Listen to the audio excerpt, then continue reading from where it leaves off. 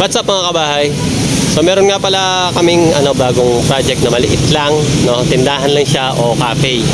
Kaya kung mababasa nyo sa taas, ayan, napakalaki ng tarpaulin sa harap, no? Binco, no? Binco Kamachilis Mabalacat branch, no? Coming soon. So sa Binco, baka naman, di ba? So dito lang yan sa Kamachilis Highway. Malapit lang sa amin, doon lang sa amin.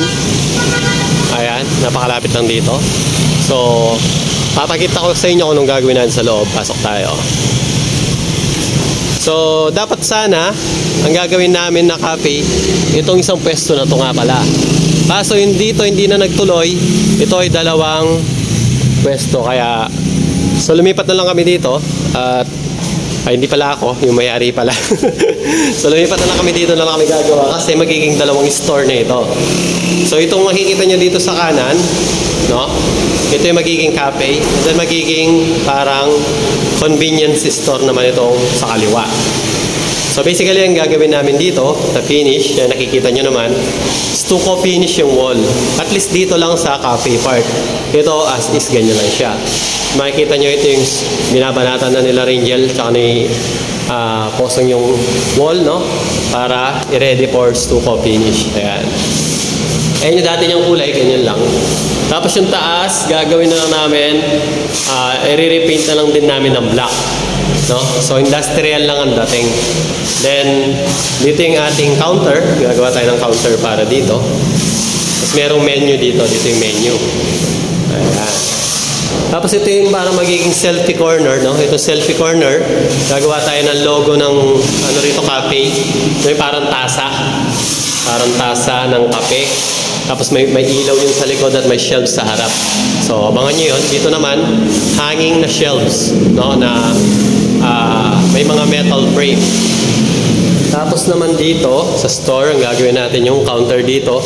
Meron na silang counter para dito, dudugtungan na lang namin. So magiging pa-L yung counter. Ayan. Tapos ano pa ba? Yun, yung counter namin dito is wood planks yung gagamitin naming design sa ibaba.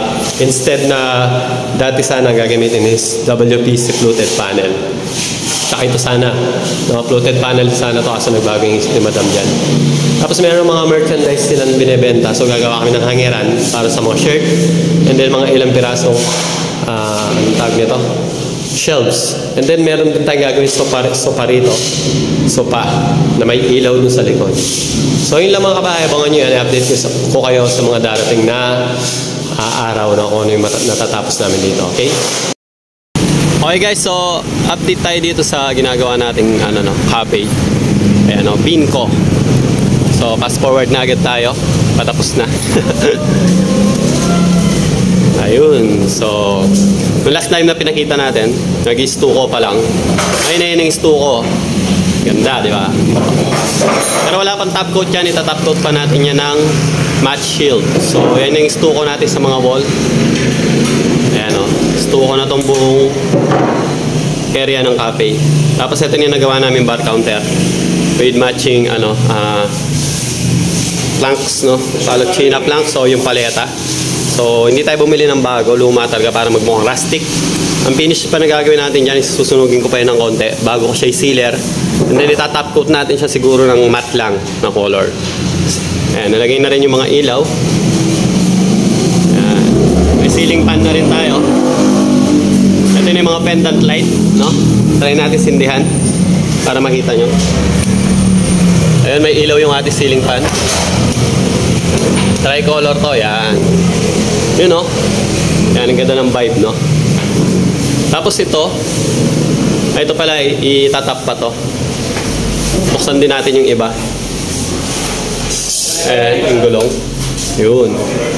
Ayan, napakaraming ilaw, no? Ito nga pala, dapat dito lalagay yung aircon. Kaso, ang problema, hindi pala ito napaltadaan sa likod. Kaya naglilik yung tubig nakita. So, binalik na lang sa original na pwesto. Dito na lang siya. So isasara na lang namin yan. Dito naman yung gagawin natin na logo na tasa. Tasa ng kape. Abangan nyo yun. Tapos meron dito yung pinakapangalan ng logo niya.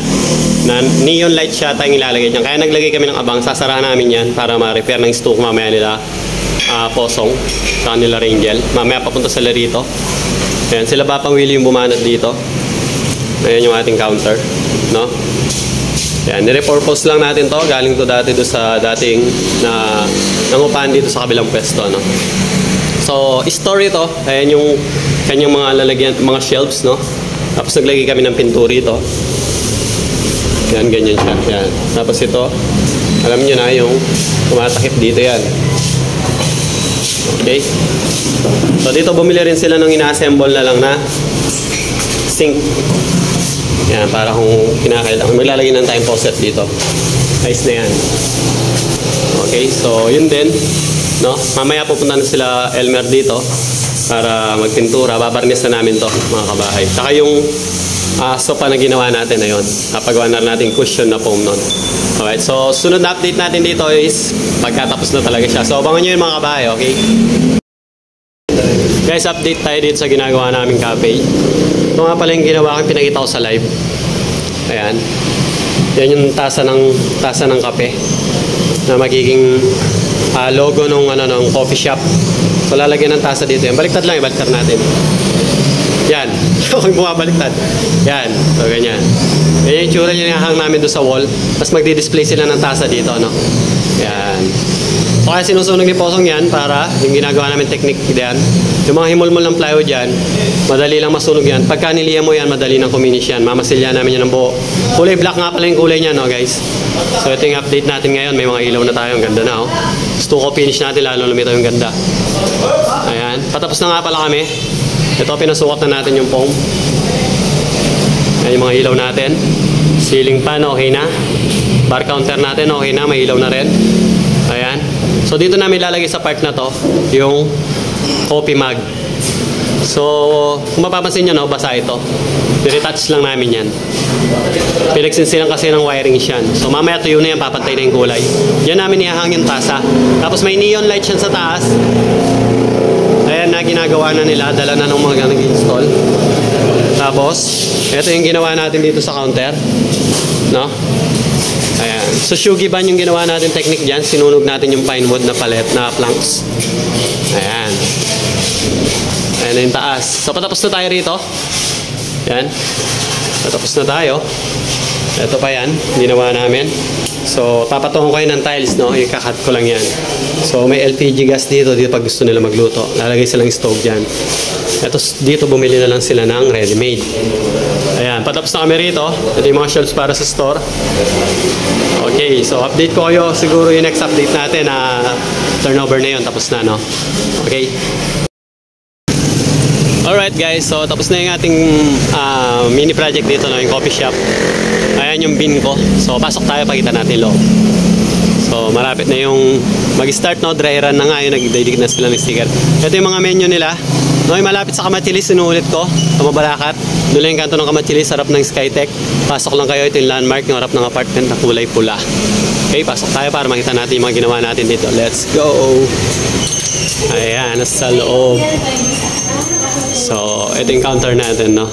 Ayan sa shugi ban yung ginawa natin dyan, yung mga palo chinap lang, sinunog lang natin. Tapos ayan, may mga may mga gamit na, no?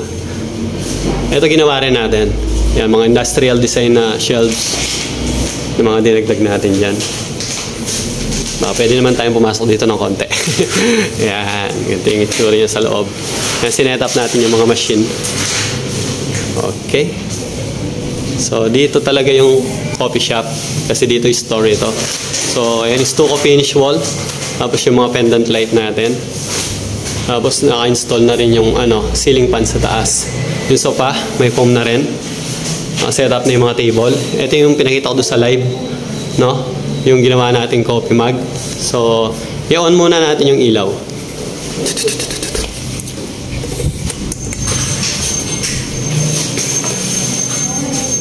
Ayan, naka-on na. So, tingnan natin sa harap. May mga naka-display na rin na mug, no? Ayan, ganda, oh. Then, ginawa rin natin yung industrial shelves na yun sa shugi ban. No? Naghang tayo ng TV. Tapos, ito yung bagong nilagay natin na industrial shelves din. Papakita natin sa inyo. Ito hanger to, no? Yung mga merchandise na ilalagay sila madam dyan. Ayan, no? Yung ginawa natin sa mga pipe. Ito yung ginawa rin natin na isa. Okay? No, I'm just worried. I'm very Ayan real natin. about that. May mga box dito, guys. Ayan. Para pag nagkakape-kape kayo, pwede kayong magbasa. Ganda nito, parang malaking tansan. Tansan pero, ayun o, pero coffee. Okay. That's about what I feel like. Everybody's doing everything, and I'm trained.